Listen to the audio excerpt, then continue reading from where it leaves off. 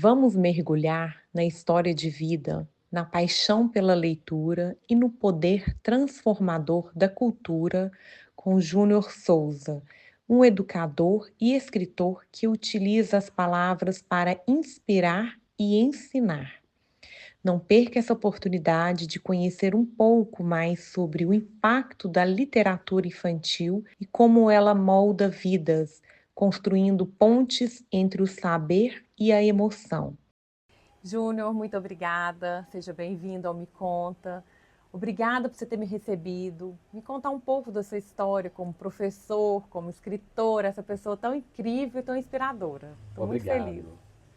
Mariana, eu que fico muito feliz, sabe? Quando eu fiquei sabendo que você estava com esse novo projeto, né? E eu estava para lançar esse segundo livro, falei assim, vou procurar a Mari. Que bom. Por causa dessa questão mesmo e da nossa afinidade. Sim, Né? que é muito especial para mim. Obrigado, querida. Me conta um pouco como que a história chegou na sua vida. Você me falou que você ouvia muitas histórias do seu avô, né, do vovô Zé Bem. Zé Bento. Isso. E me conta um pouco como tudo começou. Mariana, os meus avós sempre gostavam de contar muitas histórias para nós. Então, assim, era muito interessante porque a maioria dos domingos, muitos dos primos, dos filhos do vovô Zé Bem, sempre iam para ficar lá na casa. Então, às vezes, vinham os nossos primos de fora e tal. E o vovô gostava muito de contar histórias, causos, que envolvia histórias de assombração, histórias da infância dele, o quanto ele era custoso, o quanto ele gostava de aventuras. Então, isso enriquecia e me fazia muito curioso, porque eu sempre fui uma criança muito curiosa, sabe? Então, assim, ó, essas histórias que eu ouvia, na minha escrita, elas vão se mostrar muito, muito mesmo, sabe? Então, assim, ó, a casa dos meus avós foi uma casa onde as histórias não eram lidas, eram contadas, eram vividas, eram situações que eles tinham como experiência e tratavam isso com muita sutileza, com muita brincadeira. Algumas para fazer medo, outras para a gente fazer a gente rir muito, né? E era uma questão muito gostosa. E hoje, enquanto escritor, eu penso da seguinte maneira: antes de um livro se tornar uma história escrita, ele muitas vezes, muitos livros foram histórias contadas, Vividas, né? vividas. Então, assim, ó, é para mim uma experiência muito gostosa de trazer, de ressuscitar causos, de trazer à tona histórias que eles falavam, que eles viveram e que depois, hoje, estão eternizadas através das minhas histórias infantis. E você coloca tudo na linguagem infantil. Tudo na linguagem infantil. Na verdade, igual assim, ó, o meu primeiro livro, ele é uma fábula, né? Eu empresto para personagens, para animais, os pensamentos, as falas de pessoas, e eles sempre trazem um teor de valores humanos. Já esse outro, que é da Bruxa da Verruga no Pescoço, ele já é um conto, né? Que eu empresto para uma bruxa, uma questão que ela também, de mentirosa, ela se torna portadora da verdade. Através da mentira, Da ela mentira. teve um ressignificado. Teve. E aqui, ó, uma coisa muito gostosa, Mariana, porque o que acontece? Eu gosto muito de ditados populares. Então, assim, ó, o que norteia a minha questão da bruxa da verruga no pescoço é: a mentira tem perna curta. Então, assim, é uma coisa que nós aqui de Abaeté, nós falamos constantemente para as nossas crianças, para os nossos alunos, para as pessoas. E com essa história, ela, na verdade, ela tem o poder de fazer com que todas as pessoas acreditassem que tudo que ela falava era verdade. E, na verdade, era sempre mentira. E aí... Ela falava tanta mentira que ela mesma acreditava na mentira dela. Também, também. E ela, na verdade, ela tinha esse poder mesmo de persuasão. Olha, você vai acreditar nisso. Então, o poder maravilhoso, né? Nem sei se seria maravilhoso, mas o poder fantástico dessa bruxa é o quê? É fazer com que tudo que ela falasse se tornasse verdade absoluta, sabe? Então, assim, ó, são questões... Eu gosto muito de brincar com as histórias, porque as histórias, na verdade, me deram um determinado poder. De uma pessoa que nada podia falar, de uma pessoa que tinha que esconder tudo, de sentimentos reprimidos, através da escrita, da minha fala, da minha oralidade, das minhas histórias, eu poder dar voz, e não a mim, mas a personagens, que é mais gostoso. Que é mais gostoso, mais interessante. Muito mais, muito mais. Uau, tô amando. Nossa, ele fala super bem. Amando. 3, 2, 1, ação. Juninho, na sua infância você teve vários desafios com aprendizagem, com falta de atenção, falta de foco, né? Era uma criança mais voada, né? Isso. E como é que você lidou com tudo isso? Como é que você mudou toda essa história? Mariana, eu na verdade foi assim, ó, uma criança que quando eu tinha 4 anos, não, aliás, eu tinha 3 anos, a minha mãe voltou a estudar. E aí o que que acontece? Diante disso, eu tive um grande impasse e eu poderia me tornar assim, ó, o principal rival da educação. Por quê? Porque eu perdi a minha mãe pela escola, porque ela me deixava para ir estudar.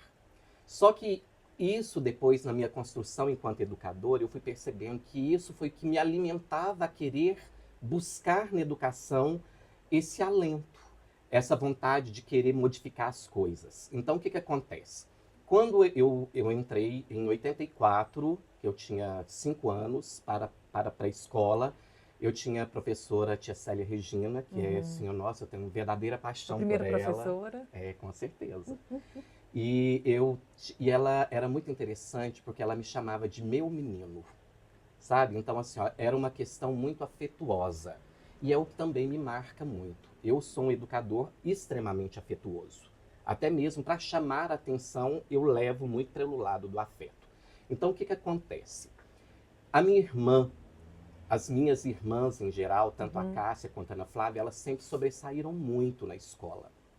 E muitas vezes, querendo ou não, como nós estudávamos nas mesmas escolas, né, no Frederico, depois eu fui para o estadual e tal, então havia muita comparação. Ah, aqui ó, sua irmã sabe mais, você não sabe. Então isso me agredia muito. Por quê? Porque nos primeiros momentos eu tinha dificuldade, principalmente na leitura.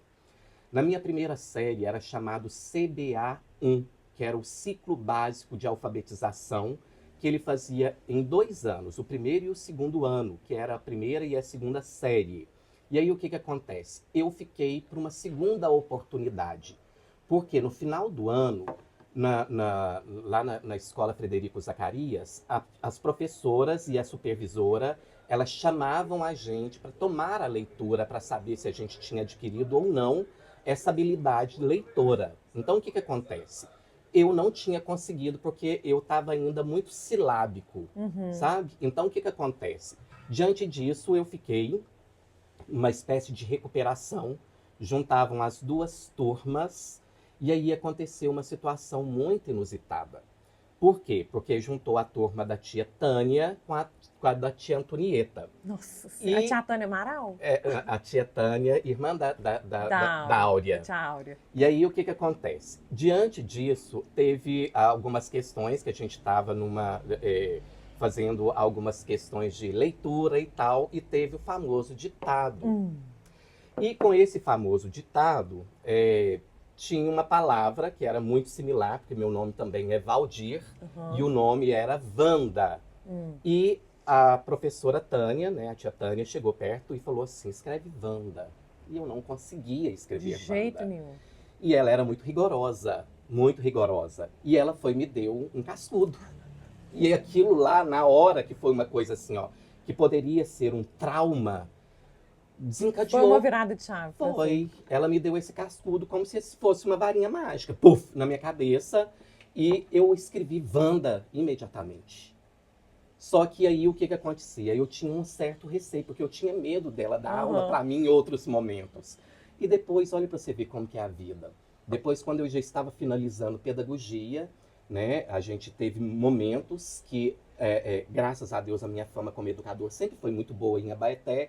E o grande sonho dela era trabalhar comigo. Olha. E isso para mim é um resgate. Eu não culpo ela de forma alguma, porque aquilo ali era Foi bom para você, né? foi, não, e aquilo ali era fruto daquele momento, né? Os professores naquela época, eles eram os nossos segundos pais. Era. Os professores batiam na gente, sim, não com esse olhar não, eram como educadores mesmo, né? Então, assim, ó, hoje eu sou muito grato a esse tipo de questão, do que rolou, né? E influenciou muito. Desde a minha infância, até por volta dos 13, 14 anos, eu tive que ser acompanhado por professoras e professores de reforço. E depois foi como se fosse assim, ó, um passe. Depois disso, eu aprendi a lidar com a minha maneira da falta de atenção.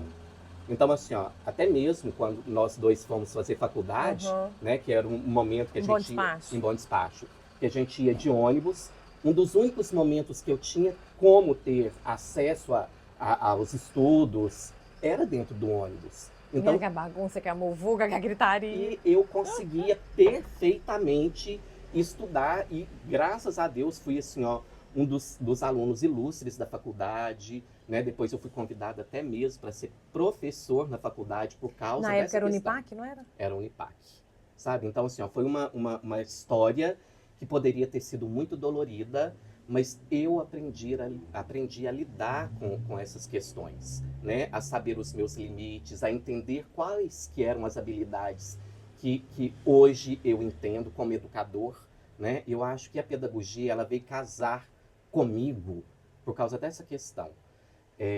A vida, na verdade, ela pode ser muito dolorida, mas se a gente começa a encontrar sentidos para ela, tudo muda. Tudo muda. Tudo faz sentido. Sim, e hoje eu utilizo isso para cativar, para educar, para facilitar a aprendizagem com o meu aluno. Então, assim, ó, da mesma forma que muitos chegam e falam assim, eu não sei. Aí eu conto a minha história e eu falava assim, eu também não sabia. Mas hoje, olha onde que eu estou. E pelo contrário, né? Você tinha falta de atenção demais. Isso. Ninguém podia imaginar que hoje você... Pois é. Né? Mas que você transformou, né? Ou seja, a pessoa... É maturidade. Maturidade. A experiência dolorosa. Trazer consciência, experiência. Transformar tudo que você passou em coisa boa, isso. Né? Reinventar tudo. Tudo. No entanto, as minhas histórias foram reinventar histórias dolorosas, trazendo finais felizes para elas. Tá vendo? Então, assim, ó, eu sou muito grato à minha vida, à educação que os meus pais me deram, a educação que eu tive aqui em Abaeté, que é maravilhosa, né? sabe? Aqui da nossa região, a Abaeté, ela sempre sobressaiu e sobressai no teor educacional. Tanto nas escolas particulares quanto na pública, maravilhosa. Né? A educação de Abaeté é muito boa, muito boa, muito boa. Juninho, você formou em pedagogia. Isso. Né? E depois você dedicou um tempo da sua vida na parte religiosa, né? Você não chegou a fazer faculdade de teologia, não. Você só foi para o seminário. Isso. Na verdade, isso aconteceu até antes do curso de pedagogia, Mariana. Ah, foi antes. Foi antes. Eu finalizei o ensino médio, isso em 97. Em 98, com 19 anos, para você ver que loucura, eu vou para o seminário. A gente fala seminário, mas na verdade é convento. O seminário, na verdade, é para padres diocesanos. Nós, como eu fazia parte de uma ordem religiosa franciscana, que é a Ordem dos Frades Menores Capuchinhos, lá a gente fala, lá também é convento. Eu tive uma experiência de 1 ano em Patos de Minas, depois eu fiquei mais 6 meses em Belo Horizonte. Foi uma experiência muito bacana, que foi assim também o divisor de águas na minha vida. Eu comecei a perceber que aqui fora eu também podia ser uma pessoa portadora de paz, de fé, de valores, né? E que a vida também, da maneira como eu percebi, que era muito desapegar da família, e eu sou extremamente familiar. Demais. Isso é muito doloroso, foi muito doloroso. Então, assim, ó, eu ainda carrego princípios da vida franciscana, inclusive hoje eu faço parte da Ordem Terceira, que é a Ordem Franciscana Secular, que é um ramo de leigos, de homens e mulheres, podem ser casados, ou celibatários, ou solteiros, que vivenciam essa regra, essa vida baseada nos princípios de São Francisco de Assis, mas na vida, no cotidiano, Normal. na sociedade. Então, assim, ó, eu em todo lugar que eu estou, eu prezo em ser franciscano. Hoje, como diretor da PAI, eu faço com que tudo aconteça dentro dos princípios franciscanos. Não quer dizer proselitismo, porque o evangelho, na verdade, ele é aberto a todos, né? Jesus é universal. Então, assim, ó, é para enxergar o aluno com as suas diferenças, mas nas suas possibilidades, com uma humanidade muito aflorada, com um acolhimento. Eu acho que, igual assim, uma das coisas que mais me mostra o meu potencial eu sou uma pessoa muito aberta à acolhida. Porque eu gosto que as pessoas, na verdade, se sintam acolhidas. Então, assim, ó, tudo aquilo que eu tive como negativo, eu trago como experiência de, para mim não foi legal. Então, eu posso fazer com que para o outro seja mais gostoso, seja mais facilitador, seja mais de acolhimento. Que legal. É, muito gostoso. Juninho, você teve alguma passagem na sua vida que você teve alguma dificuldade, algum transtorno? De onde que você tirou forças para você poder sair, superar tudo isso? Isso. Mariana, em 2017 eu tive uma situação muitíssimo delicada. Muito, muito, muito mesmo. Por causa de questões laboriais, por causa de questão de perseguição, né? Eu já estava morando em Bom Despacho, já como funcionário público lá, como especialista em educação, que nós chamamos de pedagogo ou supervisor pedagógico. Eu tive um momento muito delicado com uma questão que envolvia meu trabalho. Então, assim, ó, como eu já era professor universitário, tinha algumas questões que trabalhava muito sobre avaliação na educação infantil, eu fui ser pedagogo especialista na educação infantil.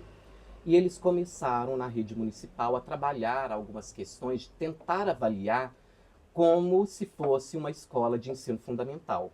E como eu tenho formação na pedagogia, muito estudioso, atuava, né, nessa época como professor universitário, então o nosso olhar enquanto pedagogo nós podemos avaliar a educação infantil em várias questões, mas não a maneira do ensino fundamental. Então isso, muitas vezes, eu era chamado na secretaria para justificar os meus posicionamentos. Então o que acontece? Houve perseguição, né, da própria gestão do espaço, houve perseguição também por parte da direção da escola onde que eu atuava, que foi muito dolorido, né? Mas eu não vou entrar em muitos detalhes, porque hoje, graças a Deus, é algo muito superado, né? Eu acho que a maturidade, a dor, ela é tão interessante, porque tem determinado momento que ela é tão insuportável que você vai encontrando outros caminhos. E um desses outros caminhos foi a busca de terapia. E a terapia eu caí exatamente com um menino, que eu falo dessa maneira, que eu sou muito grato, porque ele tinha 27 anos na época, estava iniciando a sua carreira, principalmente como psicólogo na área da psicanálise. E esse menino, eu gosto de falar essa palavra de menino, porque ele despertou uma infância adormecida em mim. O nome dele é Eduardo Andrade. Ele suscitou em mim situações gostosas porque ele despertou a minha escrita. Então, assim, ó, por quê? A psicanálise, na verdade, ela nos liberta pela fala. Então, assim, ó, a partir do momento que você fala, que você reflete, ela te livra de determinadas coisas que foram traumáticas na sua vida. E com isso, nesse período doloroso, eu fui... olha para você ver, eu estava ainda em período de trabalho que era período probatório. E nunca tinha acontecido de um período probatório um funcionário ficar em ajustamento funcional.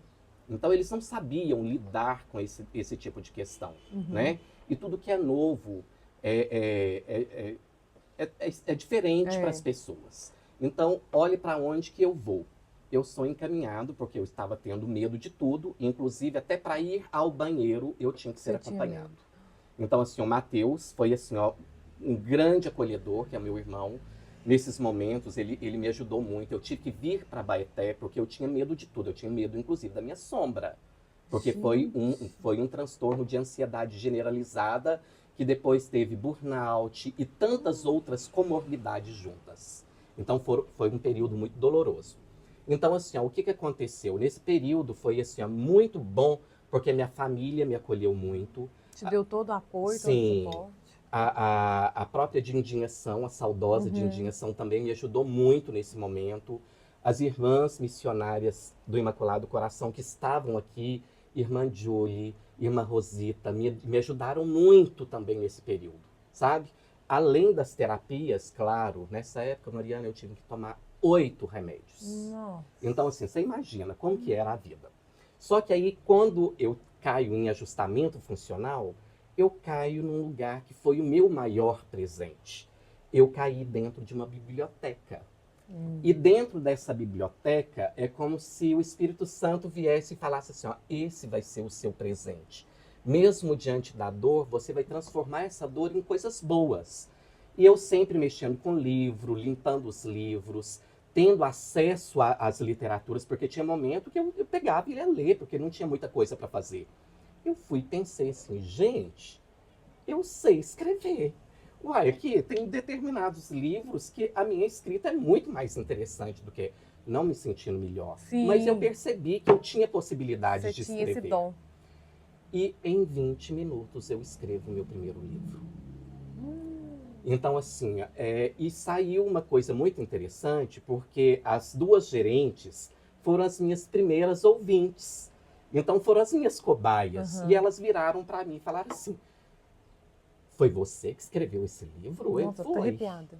Falei assim, foi. Aí elas viraram para mim e falaram assim, nossa, mas ficou muito bom. E eu virei para elas e falei assim, e eu vou publicar esse livro. E com isso, como o meu psicanalista já era escritor, ele foi me direcionando para esse espaço, sabe? Então, assim, ó, nesse primeiro momento eu fui escrever a Pererequinha Azul, né? Que foi uma história... Que é esse aqui? É esse. Ele é uma história muito gostosa, na verdade. Porque o que acontece? Eu sempre trago resgate à minha infância. Então, pra gente ir pra casa da minha avó, a gente passava num pasto. Que era um pastinho que tinha uma espécie como que fala? Brejo. Brejo. Tinha brejos. E lá tinha momentos que a gente ia passar, que eu via muito sapo, muito sapinho pequenininho, e eu sempre fui encantado com bichos, com insetos. Eu sou muito curioso. Então, o que acontece? Com essa história, eu pensei assim, gente, já tem história de sapo. Então, eu não vou falar sobre sapo. Eu vou falar sobre uma coisa que a minha mãe tem pavor, que é de perereca.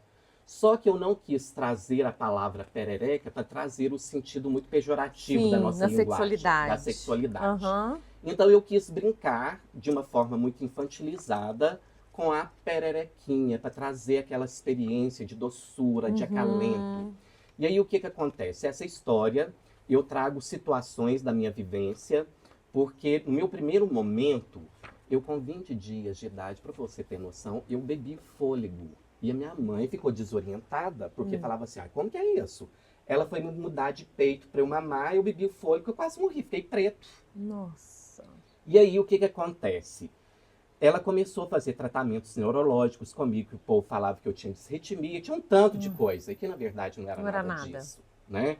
Hoje a gente vai ver pelo desenvolvimento infantil que a criança, desde o momento que ela está no útero, ela já tem percepções sobre a vida através da mãe.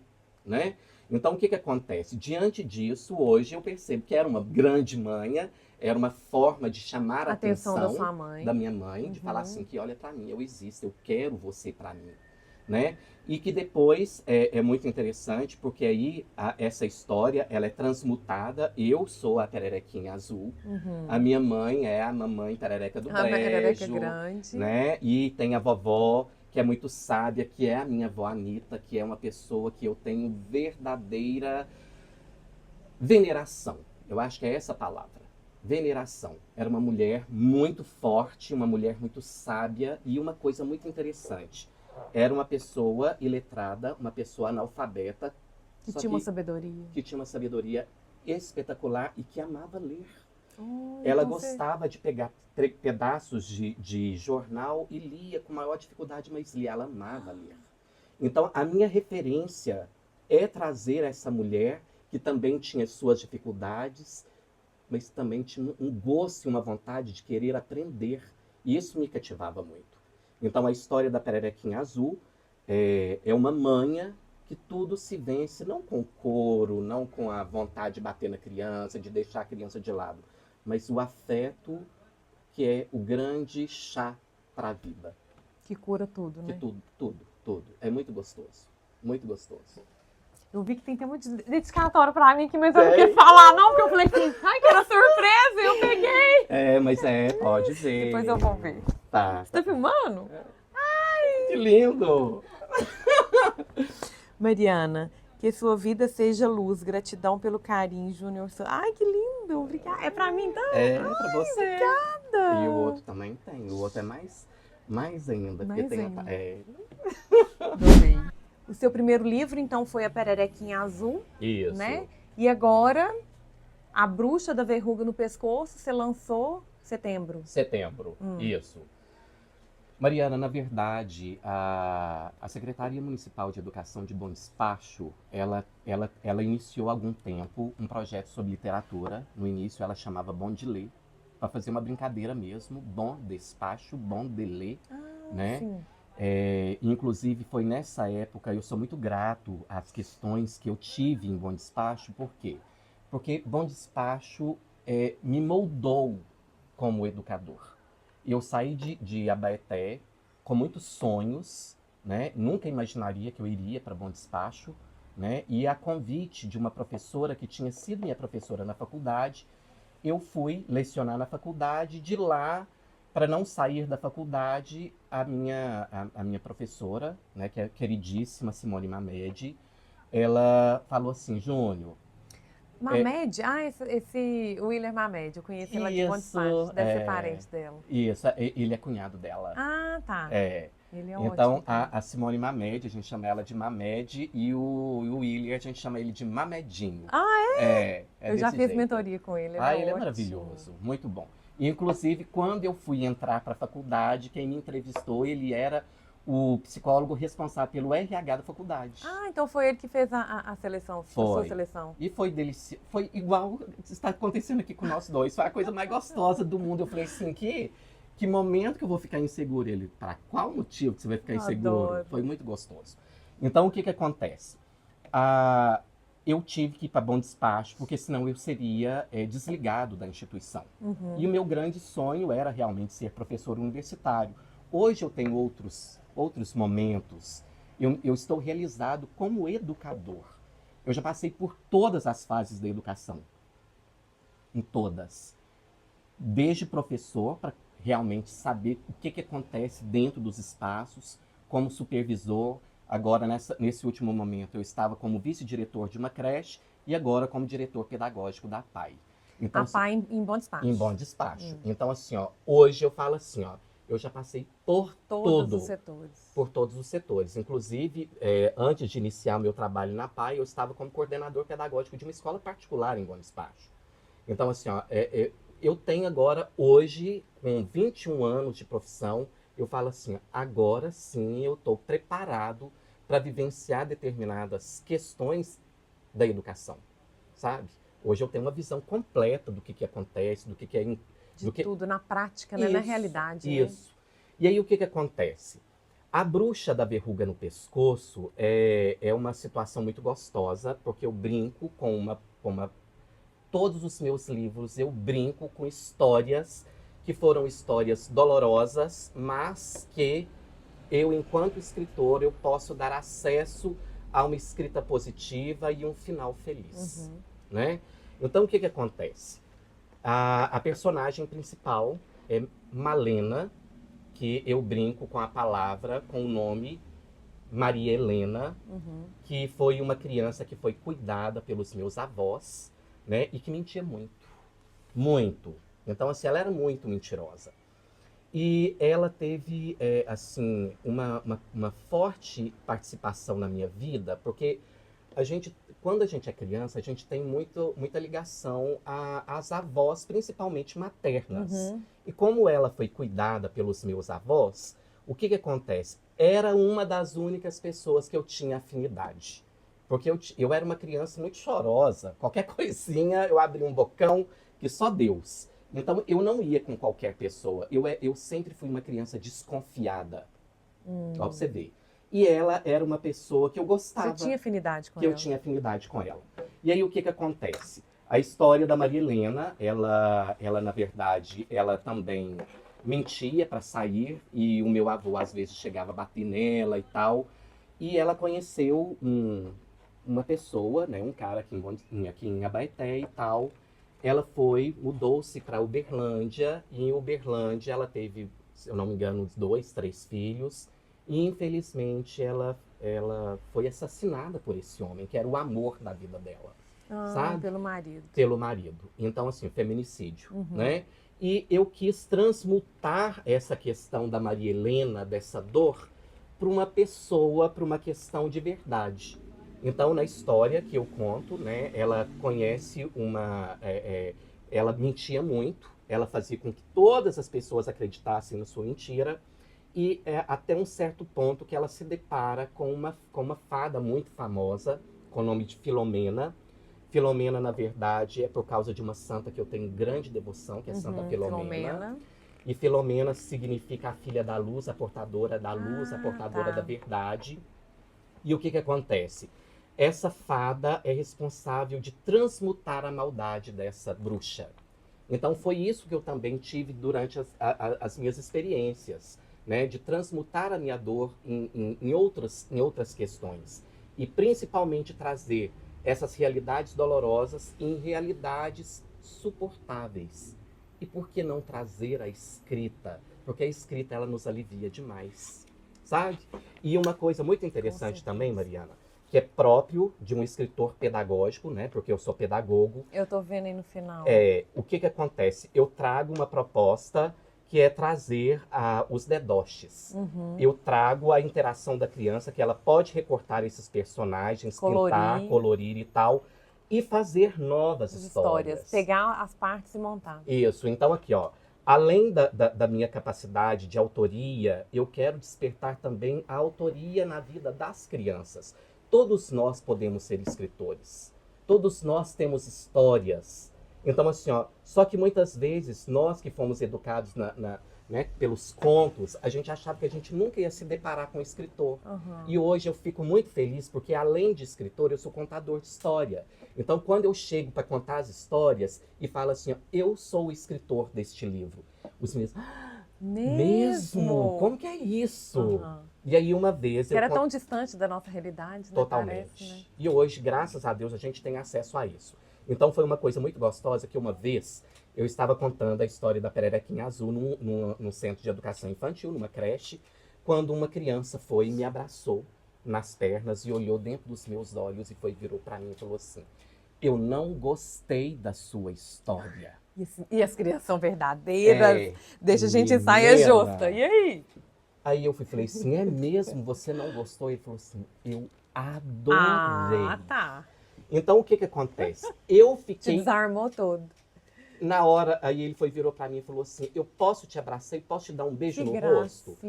E na hora eu dei um livro pra ele, dediquei isso tudo pra ele, e depois eu fui saber, ele era filho de uma aluna minha na faculdade. Olha, sabe? E ele contou pra mãe dele, mamãe, um escritor foi na minha escola, ele chama Júnior. Eu falei, ele é professor. Não.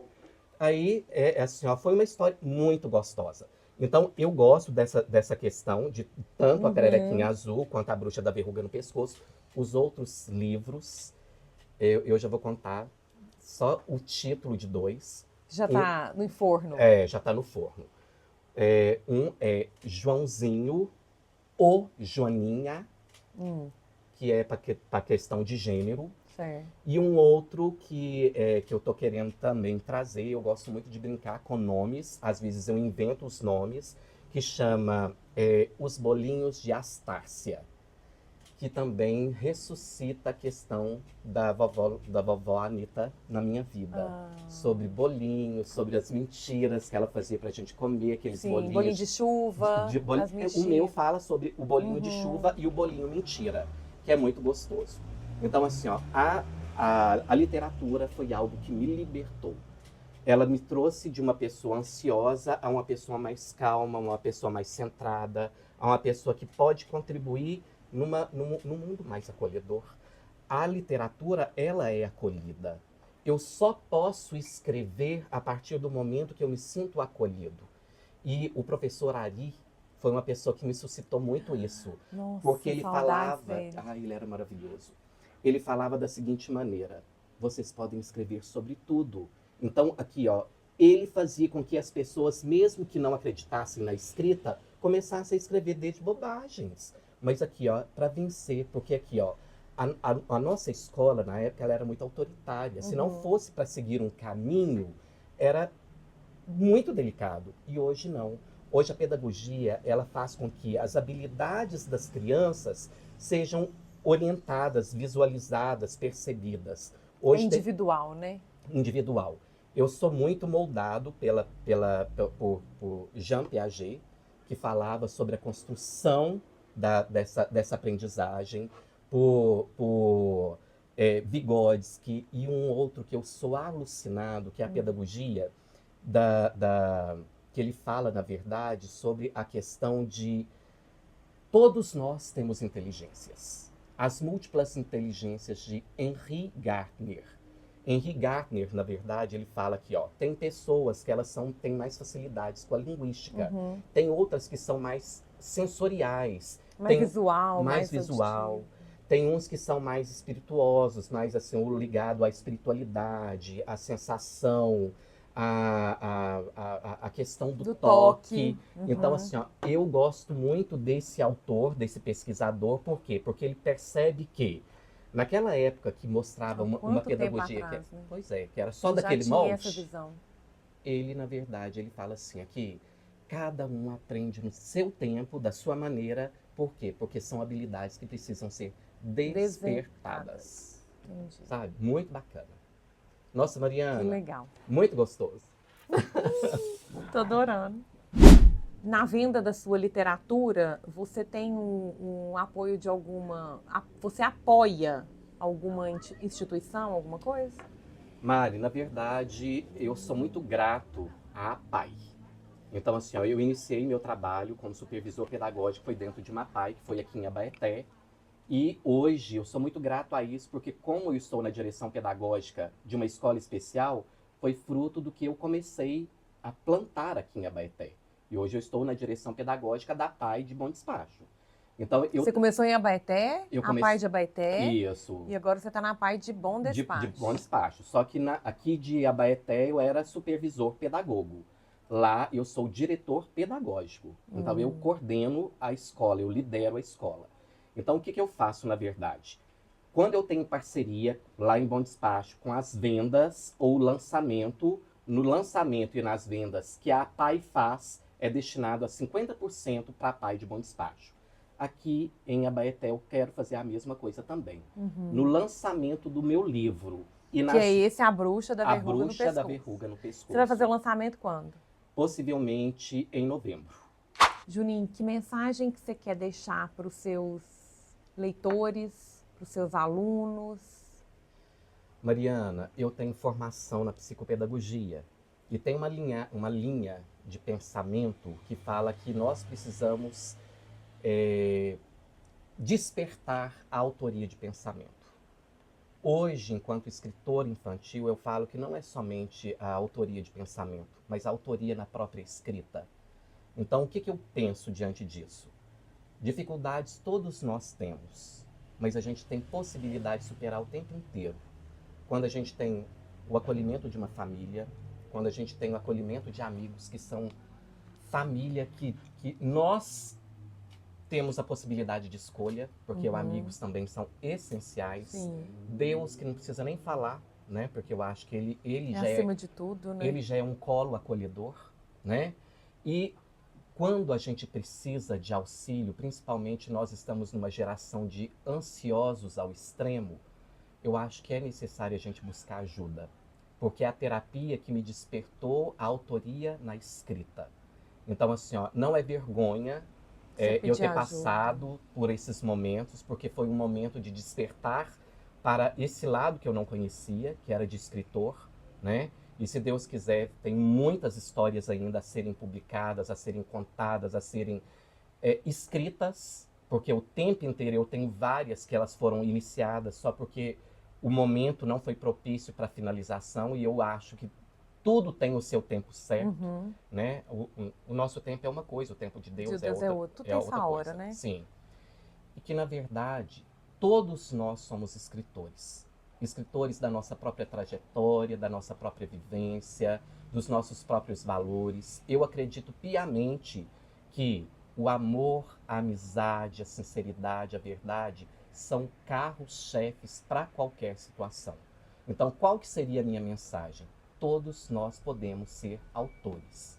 Autores da nossa vida, da nossa história e de histórias que podem encantar o mundo. Ah, não, que delícia! Nossa, eu tô arrepiada. Você é muito maravilhoso. Obrigado. Deus te abençoe muito, você é muito Amém. especial. Eu tenho muito para aprender com você nessa comunicação, nessa isso? oratória, porque você, deu um show aqui. Adorei mesmo, adorei. Obrigado, muito obrigada. obrigado. Muito obrigada, sucesso Obrigado. nos seus livros, E aqui, que venha mais. E esse aqui, eu fiz ele de coração, porque eu coloquei assim, ó, querida Mariana, prima do coração. Ah, é minha prima. Que seu caminho seja pautado pela verdade e o amor. Com carinho, Júnior Souza. Ai, que lindo. Muito obrigada. E eu que agradeço. Amei. Viu? E assim, Vou ler pro Pedro, passar pra Gabi. Aí, ó. Que lindo. E na Guardar verdade, com carinho. E eu acho muito bacana, Mariana, porque o que acontece? As histórias infantis, na verdade, elas não foram escritas para o infantil. Elas foram escritas para a gente perceber que as metáforas podem atingir qualquer situação. É tudo transmutado. Tudo é interpretação. Tudo é interpretação. Isso.